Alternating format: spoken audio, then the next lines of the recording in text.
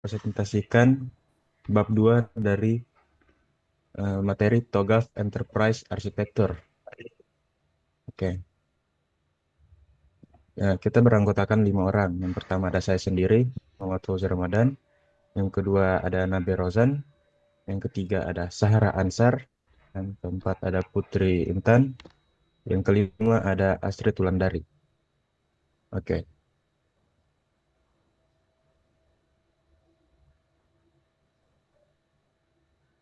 Apa ini? Nah, baik. Di sini saya akan menjelaskan definisi enterprise architecture. Enterprise architecture adalah suatu pendekatan untuk menggambarkan keadaan masa depan dari suatu perusahaan untuk memandu perubahan yang diperlukan. Deskripsi keadaan masa depan ini memungkinkan pihak-pihak kunci untuk memahami apa yang perlu ada dalam perusahaan untuk mencapai tujuan, sasaran, misi, dan visi dalam konteks di mana perusahaan beroperasi.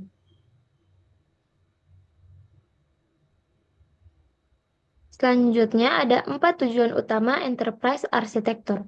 Yang pertama, mendukung strategi, menyediakan arsitektur target, end-to-end, dan roadmap perubahan dalam jangka panjang. Yang kedua, mendukung portofolio, mendukung inisiatif perubahan lintas fungsi multi-phase dan multi-proyek. Yang ketiga, mendukung proyek, mendukung metode pengiriman proyek perusahaan. Yang keempat, mendukung pengiriman solusi, mendukung penerapan solusi.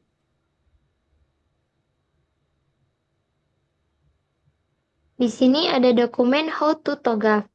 TOGAF Series Guide, a Practitioner's Approach, panduan untuk praktisi yang bertugas mengembangkan, memelihara, dan menggunakan enterprise arsitektur.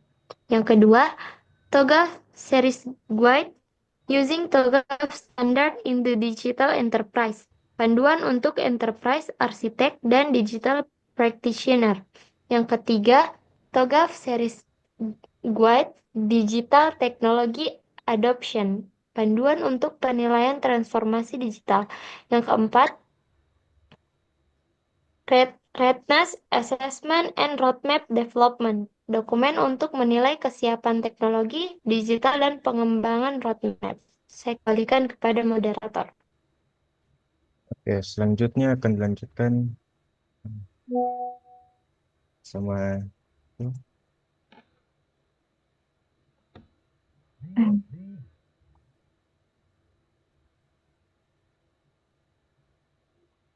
Sahara Ansar. Oke.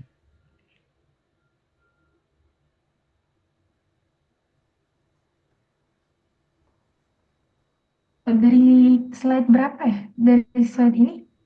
Ya, Oh ya. Nah, kemudian eh, ada pendekatan pengembangan.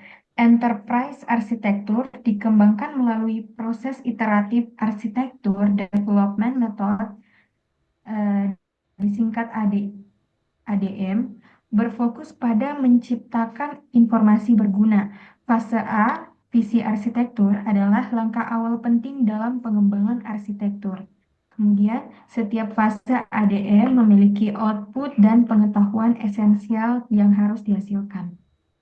Next,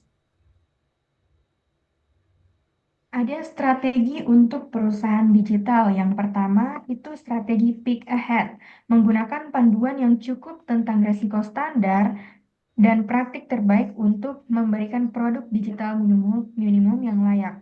Sambil melihat ke depan untuk transisi mulus ke konteks berikutnya.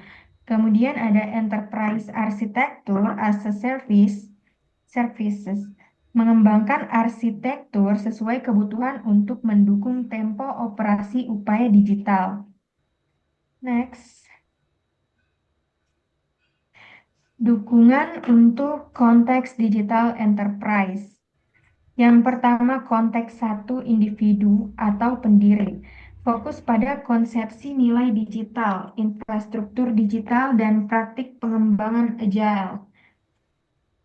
Konteks 2, tim. Fokus pada manajemen produk, manajemen eksekusi kerja, dan manajemen operasi.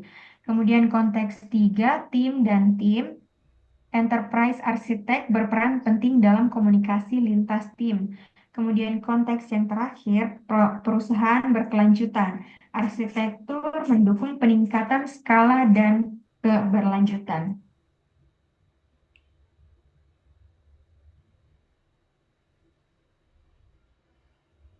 Kemudian penerapan prinsip TOGAF dalam konteks. Prinsip TOGAF dipetakan ke berbagai konteks DPBOK standar. Implikasi setiap konteks memerlukan penerapan prinsip TOGAF yang berbeda. Contoh prinsip penting. Prinsip 2, memaksimalkan manfaat bagi perusahaan. Kemudian prinsip 6, orientasi layanan. Prinsip 10, data adalah aset. Prinsip 19, manajemen perubahan yang responsif.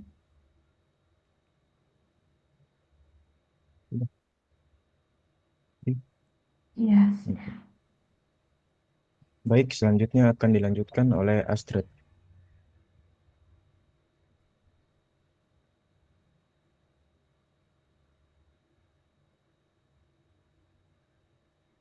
Baik, selanjutnya layanan arsitektur enterprise. Definisinya yaitu layanan arsitektur enterprise adalah mekanisme penyampaian kemampuan arsitektur enterprise. Contoh layanan, yang pertama layanan pengembangan praktik arsitektur enterprise, yang kedua layanan analisis dan penilaian enterprise, yang ketiga layanan manajemen keberlanjutan, yang keempat layanan manajemen risiko, dan yang terakhir layanan manajemen portofolio.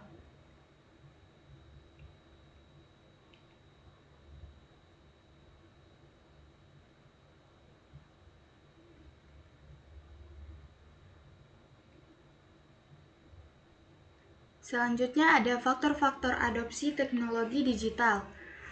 A. Penilaian kesiapan transformasi digital atau DTRA.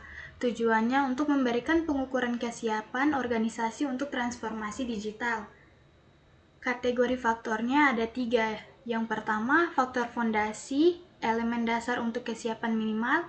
Yang kedua, faktor dampak, elemen yang memperkuat efektivitas faktor utama. Yang ketiga, faktor keberlanjutan, elemen yang memungkinkan institusional manfaat jangka panjang.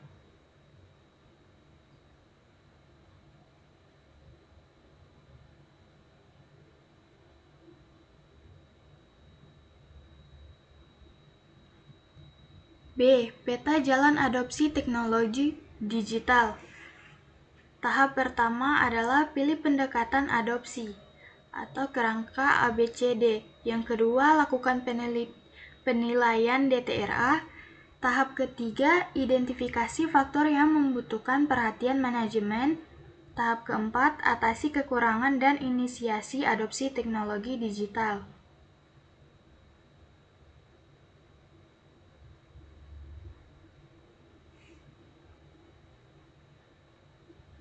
C. Strategi penerapan berdasarkan kesiapan. Tipe 1 yaitu perusahaan yang hanya memenuhi faktor fondasi. Tipe 2 perusahaan yang memenuhi faktor fondasi dan dampak. Tipe 3 perusahaan yang memenuhi semua faktor fondasi, dampak, dan keberlanjutan. Baik, sekian dari saya. Oke, baik. Selanjutnya akan dilanjutkan oleh Nabe Rozan.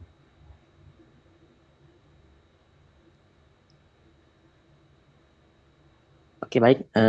Selanjutnya, studi kasus penerapan TOGAF Enterprise Arsitektur. Ya, kami mengambil contoh Bank Mandiri Digital Transformation. Tantangan dari 2016 sampai 2017 yaitu infrastruktur IT kompleks dari hasil penggabungan beberapa bank. Yang kedua, persaingan ketat dengan fintech dan disrupsi digital. Keputusan melakukan digital dengan framework TOGAF Enterprise Arsitektur. Tantangan yang dihadapi, yang pertama ada sistem legasi yang beragam dan tidak terintegrasi. Yang kedua, proses bisnis manual yang memakan waktu. Yang ketiga, pengalaman nasabah tidak konsisten di berbagai kanal. Yang keempat, ancaman dari fintech dan kompetitor digital. Yang kelima, kebutuhan efisiensi operasional. Next. Tahap pertama yaitu pengembangan arsitektur vision. Visinya menjadi bank digital terdepan di Indonesia. Tujuannya meningkatkan pengalaman nasabah di semua touch point. Yang kedua, mempercepat proses bisnis internal. Yang ketiga, mengembangkan kemampuan analitik data untuk pembuatan keputusan. Tahap kedua, yaitu pemetaan arsitektur bisnis. Identifikasi area yang perlu perbaikan. Yang pertama, pembukaan rekening 3 hari. Yang kedua, proses kredit 14 hari kerja. Yang ketiga, layanan nasabah. Itu terfragmentasi antar kantor cabang, call center, dan platform digital. Tahap ketiga, pengembangan arsitektur sistem informasi.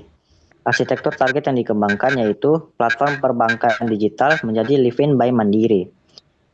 Yang kedua, sistem core banking dimodernisasi. Yang ketiga, arsitektur microservice menjadi fleksibilitas dan skalabilitas. Yang keempat, P-Gateway menjadi terintegrasi dengan ekosistem eksternal. Next.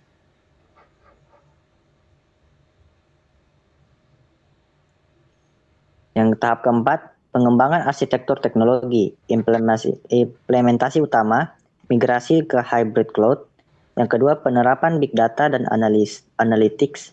Yang ketiga, DevOps untuk pengembangan aplikasi.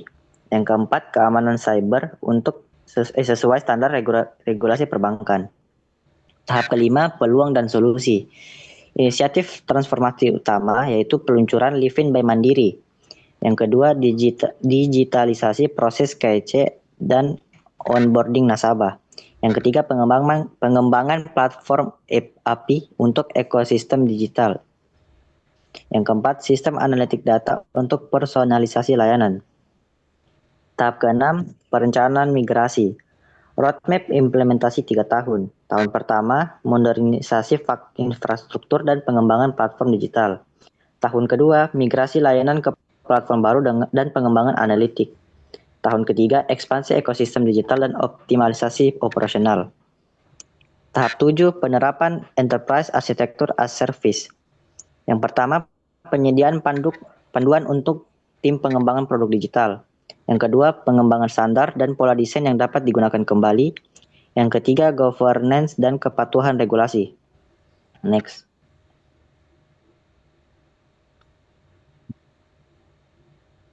Oke, hasil dari studi kasus penerapan TOGAF Enterprise Arsitektur untuk Bank Mandiri. Yang pertama itu peluncuran sukses platform Livin by Mandiri dengan lebih dari 10 juta pengguna aktif. Yang kedua, pengurangan waktu pembukaan rekening dari 3 hari menjadi 10 menit secara digital.